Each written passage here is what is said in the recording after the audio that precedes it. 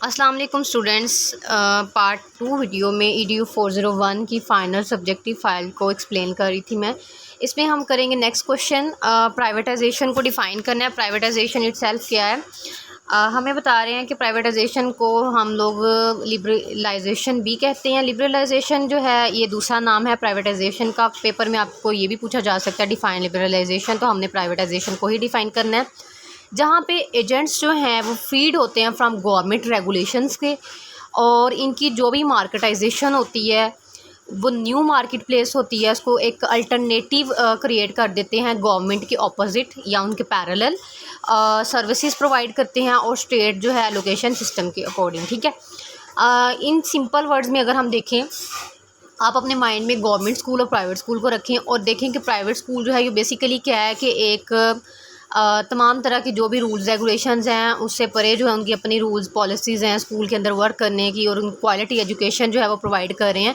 तो ये क्या है, बेसिकली वो गवर्नमेंट के तमाम तरह रूल्स रेगुलेशन उनके ऊपर वो लागू नहीं होते, जैसे कि जो कि प्राइवेट का सिस्टम है वो कम्प्लीटली डिफरेंट है। स्टेट की तरफ से जो भी उनके जो भी रेगुलेशंस होंगी, कोई टैक्स वगैरह पे करना होगा, वो एक अलग मैटर है, बट वो कम्प्लीटली जो है वो प्राइवेट सिस्टम जो है वो कम्प्लीटली इंडिपेंडेंट काम करता है एज़ कम्पेयर टू गवर्नमेंट के।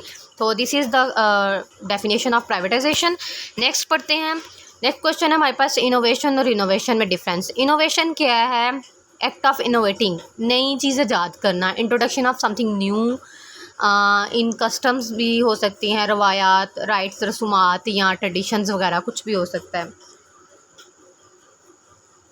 अब रिनोवेशन क्या है? रिनोवेशन एक्ट और प्रोसेस है रीन्यू करना, किसी चीज़ को रीन्यूड कर देना या रिवोनेट कर देना, यानी पहले से मौजूदा चीज़ थी लेकिन उसमें हमने कोई नई चीज़ जो है वो ऐड कर दी, नई टेक्नोलॉजी ले आए, नई कुछ भी नया कर दिया, तो उसको रिवोनेट कहते हैं। नेक्स्ट हमारे पास क्वेश्चन है, food is the issue of for education population. Education population में जो फूड है उसका क्या रोल है? वो कहते हैं कि डेवलपिंग नेशंस जो हैं मोस्टली जो एग्रीगेरियन रिफॉर्म्स हैं वहाँ पे इंडस्ट्री जो है, इंडस्ट्रियलाइज्ड नेशन जो हैं उसमें या तो प्रोड्यूस कर दिया जाता है फूड इनफ, या फिर इनफ उनके पास परचेज़ होती है लार्ज क्वांटिटी में कि फूड स्टफ़ की, कि वो अपनी पॉपुलेशन की नीड को पूरा कर सकें। और कहते हैं कि मोस्टली जो है ग्रोथ जो है, आल्दो ये कोई बिगेस्ट प्रॉब्लम नहीं है, ये सोल रीज़न नहीं है वर्ल्ड फूड प्रॉब्लम की, बट ये एस्टिमेट लगाया गया है कि तकरीबन 70% जो मीडियम टर्म इंक्रीज़ होती है टोटल डिमांड ऑफ फूड की, वो डेवलपिंग कंट्रीज़ में, जो हमारी तरह के मुल्क हैं उसमें जो है ये इशू आता है। जो डेवलप्ड कंट्रीज़ हैं वहाँ पे ये इशू फेस करना नहीं पड़ता। नेक्स्ट हमारे पास health care issues in population studies, कि अब हेल्थ के क्या इश्यूज़ जो हैं पॉपुलेशन स्टडीज़ में हमारे सामने आते हैं, वो क्या क्या हैं। तो वो यहाँ पे हमारे पास ये एज अ लॉन्ग क्वेश्चन पूछा जाएगा पेपर में अगर आता है तो। कहते हैं नेक्स्ट इशू जो है हमारे पास वो डिस्कस करने के लिए हेल्थ है। यहाँ पे डिफरेंट फैमिली बैकग्राउंड्स होते हैं, डिफरेंट कल्चर्स होते हैं, फाइनेंशियल सिचुएशन सबकी डिफरेंट होती है, तो इस वजह से जो है वो डिटरमाइन करती हैं ये सारी सिचुएशन, उनका बैकग्राउंड, उनका कल्चर, उनकी टोटल इनकम जो है कि वो किस तरह की हेल्थ फैसिलिटीज़ जो हैं वो फैमिलीज़ जो हैं उनको प्रोवाइड की जाएंगी, और या फिर वो कितनी अपने आप के लिए या वो कितनी फैसिलिटीज़ ले सकते हैं फ्रॉम द गवर्नमेंट सेक्टर और फ्रॉम द प्राइवेट सेक्टर। कहता है without proper health care child जो है ये इस काबिल नहीं होता कि वो प्राइमरी ईयर्स में एजुकेशन हासिल कर सके इवन के, क्योंकि उसको बार बार जो है वो कोई ना कोई जर्म्स अटैक करेंगे, कोई ना कोई उसको बीमारी होगी, और नहीं तो फीवर होगा, फ्लू होगा, तो ये वाले सारे इश्यूज़ जो हैं वो हर बच्चे को होते हैं। तो कहता है if you have good health you are able to do it lot. Health care कर लें या फिर अच्छा फूड प्रोवाइड कर लें, अच्छा इन्वायरमेंट दे दें, ताकि वो जो है ये तमाम फैक्टर्स जो हैं वो उसकी वजह से जो है बच्चा जो है उसकी एजुकेशन भी डिस्टर्ब नहीं होगी और वो अच्छे से ग्रो भी करेगा। इसमें फूड आ जाता है, न्यूट्रिशन आ जाती है, एक्सरसाइज आ जाती है, रिलैक्सेशंस आ जाती हैं, ये तमाम चीज़ें गुड हेल्थ जो है वो प्रोवाइड करती हैं, और अगर हेल्थ गुड होगी फिज़िकली तो मेंटल हेल्थ भी गुड होगी। तो कहता है बेसिकली यहाँ पे हमारे पास जो इश्यूज़ मेन आते हैं उसमें इनइक्वालिटी एंड सोशल कंडीशंस आ जाती हैं, पुअर न्यूट्रिशन आएगी, उसके बाद फिज़िकल इन्वायरमेंट चेंज होगा, मेंटल टास्क जो हैं वो भी सबके चेंज होते हैं। तो सबसे पहले नंबर पे हम देखते हैं इनइक्विटी और सोशल कंडीशंस में जो है सबसे पहली चीज़ तो ये है कि जो अनइक्वल राइज़ होता है अनजस्ट हेल्थ आउटकम का डिफरेंट सोशल यूनिट्स में हो सकता है। यहाँ पे हम कह सकते हैं सिंपली कि मेडिसन्स जो हैं, बेसिक जो फैसिलिटीज़ हैं, मेडिसन्स, इंजेक्शंस, एक्सरेज जो हैं, ये सारी चीज़ें एक आम बंदे को या हम कहें कि हर जगह पे अवेलेबल नहीं हैं। तो गवर्नमेंट के हेल्थ केयर सेंटर्स में जो है वो ये फैसिलिटीज़ दी तो जाती हैं लेकिन गारंटीड नहीं होती, या तो उनकी मशीनरी ख़राब होती है या फिर उनकी हड हरामियाँ होती हैं बेसिकली। तो कहता है ये तमाम प्रॉपर जो हैं वो प्रॉपर ट्रीटमेंट्स नहीं देते, अगर उनके पास अवेलेबल भी होते हैं तब भी वो जो है वो इसको जो है वो टालते रहते हैं चीज़ों को। तो प्राइवेट हेल्थ केयर फैसिलिटीज़ तो देते हैं लेकिन वो बहुत ज़्यादा एक्सपेंसिव होती हैं अगेन, कि वो लोग जो अफोर्ड नहीं कर सकते, उनके बच्चे जो हैं वो फिर उनकी एजुकेशन भी डिस्टर्ब होती है, उनकी हेल्थ भी डिस्टर्ब रहती है।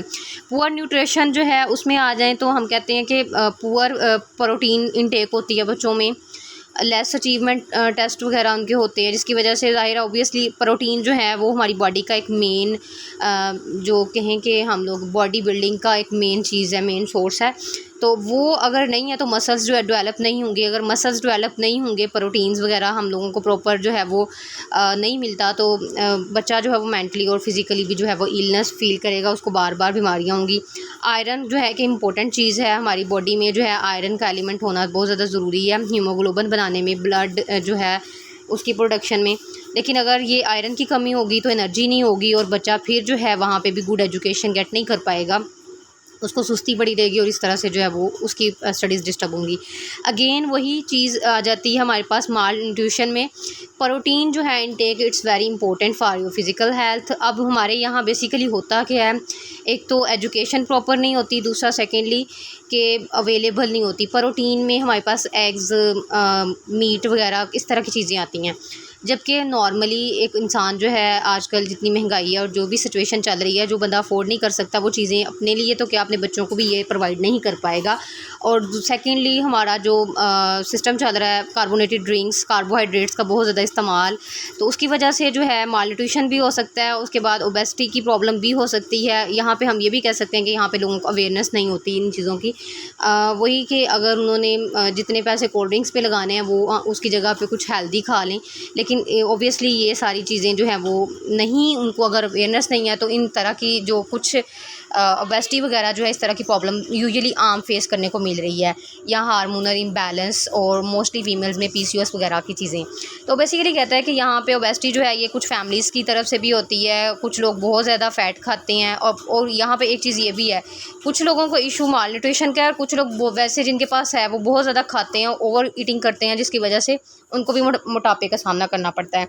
और उसके अलावा ये होता है कि अगर कोई बच्चा नेचुरली मोटापे का शिकार है, स्कूल में बच्चे उसको टीज़ करते हैं, तो उसकी वजह से भी उसकी लो स्टीम होगी, सेल्फ स्टीम का कॉन्फिडेंस लेवल लो होगा, उसको बुलिट किया जाएगा स्कूल में, तो वो बच्चे जो है ऐसे वो स्कूल जाना पसंद नहीं करते और स्कूल को मिस करते हैं, उनकी अटेंडेंस पुअर होती है, जिसकी वजह से वो अपनी स्टडीज़ में जो है ना प्रॉपर फोकस नहीं कर पाते। उसके बाद फिज़िकल इन्वायरमेंट आ जाता है, ये भी बहुत इंपॉर्टेंट है। यहाँ पे हमारे जो है एक्सरसाइजेज़ के लिए पार्क्स वगैरह होनी चाहिए, जिम वगैरह होने चाहिए, ताकि who can go there of course people from the good families. तो अगर यहाँ पे पार्क वगैरह या जिम वगैरह भी अगर अवेलेबल होते हैं तो वहाँ पे भी वही लोग जाएंगे जो अच्छी फैमिली से बिलोंग करते हैं और उनके पास एक्स्ट्रा टाइम होता है अपने लिए। तो सेकंड, अब फिर लास्ट वन हमारे पास आ रहा है मेंटल टास्क। मेंटल टास्क में आ जाती हैं जी such a concentration, memory, recall from compromised, if you don't have good quality air in the room. अब देखें कि अगर आपके पास अच्छी हवा नहीं है, अच्छा इन्वायरमेंट नहीं है, पुअर वेंटिलेशन है, आप सिंपल ये कहें कि अगर आपके पास इलेक्ट्रिसिटी नहीं है, बिजली नहीं है, पंखा प्रॉपर चल नहीं रहा और बच्चे के पेपर्स हो रहे हैं जैसे हमारे आजकल हो रहे हैं, तो बेसिकली क्या है, वो क्या पढ़ेगा बच्चा। तो इस तरह से ये तमाम चीज़ें जो है आपकी लर्निंग को अफेक्ट करती हैं। एक अच्छा इन्वायरमेंट, फिर चाहे वो क्लास का हो, यूनिवर्सिटी का हो, किसी रूम का हो, या किसी स्कूल कॉलेज का हो, या फिर घर का हो, तो वो बहुत ज़्यादा जो है वो मैटर करती हैं ये चीज़ें। कहता है पुअर वेंटिलेशन जो है it's also cause the decline in the performance of the teacher as well as the school. तो ये टीचर की भी जो है पर्सनैलिटी को और उनकी जो भी उनका काम करने की सलाहियत है उसको भी ये डिक्लाइन करेंगी, उसमें भी कमी लाती हैं। और कहते हैं many school don't have even Windows in the classroom, such environment is not suitable for learning basically. तो कुछ ऐसे भी मतलब स्कूल कॉलेजेस होते हैं जहाँ पे विंडोज़ वगैरह भी अवेलेबल नहीं होती, रूम्स में रखी नहीं होती, या फिर समझे कि पुअर रिसोर्सेज होते हैं, रेंटेड बिल्डिंग्स होती हैं, और ये वाले सारे सिनेरियोज़ होते हैं। तो यहाँ पे जो है हमने ये लॉन्ग क्वेश्चन था तकरीबन हेल्थ केयर इश्यूज़ जो भी पॉपुलेशन स्टडीज़ में आ रहे थे वो हमने पढ़े, और इसमें काफ़ी सारे जो इश्यूज़ थे वो डिस्कस हो गए। नेक्स्ट हम पढ़ते हैं ह्यूमन राइट क्या बेसिकली। क्वेश्चन नंबर 10 है। ह्यूमन राइट्स में सबसे पहले नंबर पे वो कहता है कि बेसिकली जो पॉपुलेशन की कंपोजिशन है वहाँ पे सोशो इकनॉमिक, रिलीजियस और कल्चर लिहाज से ग्रुपिंग वगैरह हुई होती है, और हम लोग अटेन करते हैं ह्यूमन राइट्स को और सोशल जस्टिस को। तो सबसे पहले नंबर पे तो यहाँ पे आजकल जो चीज़ ट्रेंडिंग में है वो या तो सोशल जस्टिस को पर्टिकुलरली हाईलाइट किया जाता है, और वो भी वुमेंस के हवाले से। तो basically world population plan of action जो है उसमें भी वुमेंस को रिकॉग्नाइज़ किया गया है फॉलोइंग मैनर्स में। तो अकॉर्डिंग टू डैट कहता है women have the right to complete integration in the development process particularly by the means of equal access to the education and equal participation in social economic culture and the political life. अब यहाँ पे integration सबसे पहले आप understand करें, integration क्या है। ये सम है डेवलपमेंट प्रोसेस का एजुकेशन के लिहाज से भी और पार्टिसिपेशन के लिहाज से भी, यानी एजुकेशन हासिल करने से लेके पार्टिसिपेट करना सोशली, इकोनॉमिकली, कल्चर के लिहाज से और पॉलिटिकल सिनेरियो के लिहाज से, मतलब हर लिहाज से हर फील्ड में वुमेन का एजुकेशन से एक्सेस से लेके कंट्रीब्यूट करने तक, सर्व करने तक, इसका जो सम अप है इसको इंटीग्रेशन कहते हैं। और ये इसके अकॉर्डिंग यानी वर्ल्ड पॉपुलेशन प्लान एक्शन के अकॉर्डिंग जो है वुमेन्स को इस तरह से अब देखा जाएगा या इस तरह से रिकॉग्नाइज़ किया जाएगा। तो बेसिकली वो कहता है कि ये जो पॉपुलेशन का स्टैंड पॉइंट है, it is the stack in the number of nations is to right to women make informed and conscious decision of life cycle events. और औरत जो है वो इतनी आज़ाद है, यानी उसको कॉन्शियस के लिहाज से वो डिसीजन ले सकती है अपनी ज़िंदगी के, और उसको इतनी आज़ादी होनी चाहिए कि वो मतलब सोसाइटी में उसकी एक वैल्यू और ये सारा कुछ हो। तो ये बेसिकली जो है वो उसको अवेलेबल नहीं है फिल वक्त, और इनइक्वालिटीज़, और उसको ऑब्वियसली मैन और वुमेन को दोनों को इक्वल अपॉर्चुनिटी नहीं है। तो बेसिकली यहाँ पे मैं एक चीज़ ऐड करूँगी कि वुमेन्स राइट इज़ नॉट मतलब किसी भी वर्ल्ड पॉपुलेशन प्लान के अकॉर्डिंग नहीं, बल्कि इस्लाम ने ये बहुत ज़्यादा पहले ही वुमेन्स को ये सारे राइट्स दिए थे, बट अनफॉर्चुनेटली ये तमाम हाईजैक हो चुके हैं।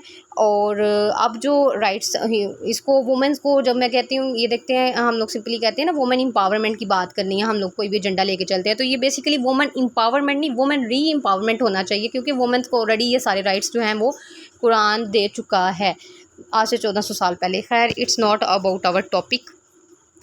अच्छा, इसके बाद कहता है कि नेक्स्ट हमारे पास हैं climate change effect on children. Climate का हमारे चिल्ड्रन पर क्या इफ़ेक्ट पड़ता है। अच्छा देखिए, इसको सिंपली इस तरह के जो क्वेश्चंस होते हैं ना, मोस्टली ये आप रट्टा लगाने की बजाय खुद से भी लिख के आए ना, तो आपको मेरा ख्याल है कि टीचर जो है वो पूरे पूरे नंबर देगा। जैसे इन्वायरमेंट का, क्लाइमेट का ऑब्वियसली चेंज है। आप अगर किसी रूरल एरिया में रहते हैं और वहाँ से एजुकेशन आपने हासिल किया, तो आपका कॉन्फिडेंस लेवल उस लेवल का होगा, उस तरह का होगा। जबकि आप अगर लाहौर, इस्लामाबाद, किसी और सिटी में चले जाते हैं तो टोटली आपकी पर्सनालिटी चेंज हो जाती है। तो climate is basically play a vital role. और बेसिकली क्लाइमेट से मुराद ही होता है कि आपकी सोसाइटी, आपका social circle, point of view, लोगों का आपको देखने का नज़रिया, ये सारी चीज़ें तब्दील हो जाती हैं। अच्छा देखते हैं, कहते हैं on any given day more than a billion children जो हैं, बच्चे जो हैं आर प्राइमरी और सेकेंडरी स्कूल में होते हैं। हाउएवर बहुत सारे फेल हो जाते हैं अपनी एजुकेशन को कंप्लीट करने से पहले ही, ठीक है। उसकी वजह पुअर स्कूल क्वालिटी हो सकती है, प्रेजिस्टेंस चैलेंजेस हो सकते हैं, कास्ट डिपेंड पॉवर्टी हो सकती है, जेंडर इनइक्वालिटीज़ हो सकती हैं, लोकेशन हो सकती है, डिसेबिलिटीज़ हो सकती हैं, कई तरह के इन्वायरमेंटल डिग्रेडेशन हो सकती है, क्लाइमेट रिलेटेड मतलब हर्जर्स हो सकती हैं। अब mostly I am working in a private sector, so मेरे पास जब नॉन फार्मल एजुकेशन स्कूल्स के जो बच्चे आते हैं, 99% क्या होता है, उनको कुछ भी नहीं आता। तो बच्चा 5 ग्रेड तक बच्चा पढ़ के आ रहा है, लेकिन उनको पता नहीं, वो टीचर्स कुछ नहीं करवाते, या उनको इन्वायरमेंट वैसा नहीं मिलता, या उनको तवज्जो वैसी नहीं मिलती। और जब वो बच्चे प्राइवेट सेक्टर में आते हैं तो वही बच्चा विद इन 3 to 5 मंथ और 6 मंथ के बाद उसकी प्रोग्रेस स्टार्ट हो जाती है, और वो बेटर परफॉर्म करता है अगर उसके साथ अच्छे तरीके से काम किया जाता है। तो यहाँ पे मैं कहूँगी कि इन्वायरमेंट मैटर अ लॉट। तो बेसिकली क्या किया बच्चा, तो वही है, इन्वायरमेंट उनका सिर्फ चेंज हुआ है, माइंडसेट चेंज हुआ है, सोसाइटी चेंज हुई है, तो बस ये चीज़ होती है। अच्छा कहता है रिसेंटली जो साइंटिफिक फाइंडिंग्स हैं यहाँ पे चैलेंजिंग क्लाइमेट की, उसकी जो है इम्पैक्ट जो है हमारे प्लानट पे वो बहुत ज़्यादा अहम है। और कहता है कि 2007 में जो इंटर गवर्नमेंट पैनल था क्लाइमेट चेंज का, आईपीसीसी का, उसने इशू किया था फोर्थ असेसमेंट रिपोर्ट, और इसके अकॉर्डिंग जो है साइंस के अकॉर्डिंग क्लाइमेट जो चेंज हुआ था, उन्होंने कन्वेंसिंग असेसमेंट दी थी ऑन साइंस और क्लाइमेट के चेंज के ऊपर कुछ इम्प्लीकेशंस की होंगी। तो कहता है कि ये जो रिपोर्ट थी उसके according only immediate and sustained action will stop climate change from the causing irreversible and potentially जो डैमेज है हमारे इन्वायरमेंट का, उसको जो है वो डैमेज करेंगे हमारे इन्वायरमेंट को। कहता है आईपीसीसी ने ये नोट किया और उन्होंने कहा कि change will manifest itself in the various ways, rising temperature, droughts और डेजर्टिफिकेशन, हैवी पार्टिसिपेशन होगी फ्लडिंग की और राइजिंग सी लेवल्स, और extreme weather events such as cyclones, floods और ड्रॉट्स वगैरह। अब बेसिकली अगर इसको एक्सप्लेन करें फर्स्ट लाइन को, तो कहता है कि जब टेम्परेचर बहुत ज़्यादा हो जाएगा, ड्रॉट्स कहते हैं एक्सट्रीमली ड्राई कंडीशन, जिसकी वजह से जो है ना वो आपकी क्रॉप्स, आपकी फसलें ख़राब हो जाएं, या डेजर्टिफिकेशन, वही सहराई इलाका या जितनी गर्मी सहरा में होती है, पानी की कमी होती है, ये वाली जब सिचुएशन होती है तब आपका इन्वायरमेंट चेंज हो जाएगा, क्लाइमेट चेंज हो जाएगा। हैवी पार्टिसिपेशन जो है फ्लड्स की, या सी लेवल जो है वो बहुत ऊपर चला जाए तो ऑब्वियसली जैसा कि फ़्लड आता है तो वो उसके साथ भी सारा क्लाइमेट चेंज हो जाता है। एक किसी भी इलाके में अगर फ्लड आता है तो वहाँ पे कुछ भी नहीं बचता, तो ऑब्वियसली बच्चों की एजुकेशन, स्कूल्स और काफ़ी कुछ जो है वो उसमें काफ़ी लॉस होता है। इसी तरह से extreme वेदर्स such as cyclones, floods और फिर अगेन ड्रॉट्स का एक्सट्रीम ड्राई कंडीशन, तो ये सारी चीज़ें जो हैं आईपीसीसी ने ये नोट किया कि ये क्लाइमेट चेंज करेंगी। जब भी ऐसा कुछ होगा इससे रिलेटेड, तो इसका जो है एक इम्पैक्ट पड़ता है बच्चों की एजुकेशन के ऊपर, क्योंकि वहाँ पे बच्चों की माइग्रेशन होगी, वहाँ पे वो प्रॉपर मे बी अगर ड्राइनेस है, गर्मी ज़्यादा है, तो वो प्रॉपर पढ़ नहीं पाएंगे, उनका इंटेंशन का मेंटल लेवल और मे बी बहुत तरह की उनको बीमारियाँ होंगी। तो ये वाली सारी चीज़ें जो हैं इट्स मैटर अलॉट। उसके बाद है चैलेंज इन इन्वायरमेंटल एजुकेशन। बहुत छोटा सा ये लास्ट क्वेश्चन हम डिस्कस करते हैं इस वीडियो में, बाकी नेक्स्ट में करेंगे। कहता है मेन जो कंसंट्रेन है ना हमारा, जो फोकस है, जो फेस करते हैं basically teachers in integration environmental education में, what time constraints and being overloaded with the school work, कि इन्वायरमेंटल एजुकेशन में टीचर्स को बहुत ज़्यादा ओवरलोड कर दिया जाता है, वर्क की ओवरलोडिंग होती है। These two main problems were also recorded in the previous studies में 2009 में रिकॉर्ड की, और वो क्या थी कि revealing that these were old and continuous challenges faced by the teachers, कि बेसिकली यही दो मेन प्रॉब्लम्स उन्होंने जो है वो फेस की थी। और वो कौन सी थी? एक तो ओवरलोडेड वर्क था, दूसरा टाइम कंस्ट्रेंट्स थे। टाइम कंस्ट्रेंट से मुराद ये है कि टाइम की लिमिटेशन, उनके ऊपर रिस्ट्रिक्शंस होती है कि इतने टाइम में 35 मिनट के पीरियड में आपने 50 स्टूडेंट्स को या 40 स्टूडेंट्स को पढ़ाना है, उनकी डायरी भी साइन करनी है और ये सारा कुछ। तो बेसिकली ये जो एजुकेशन में इन्वायरमेंट में जो है ना वो टीचर्स को फेस करना पड़ता है इशू, और काम का बर्डन बहुत ज़्यादा होता है। So thank you so much for watching this video, और होपफुली आप सबको मैंने क्लियर करने की हर चीज़ कोशिश की है। अगर आपको वीडियो पसंद आए तो लाइक कर दें, बेल आइकन को प्रेस कर दें और सब्सक्राइब भी कर दें। अल्लाह हाफिज़।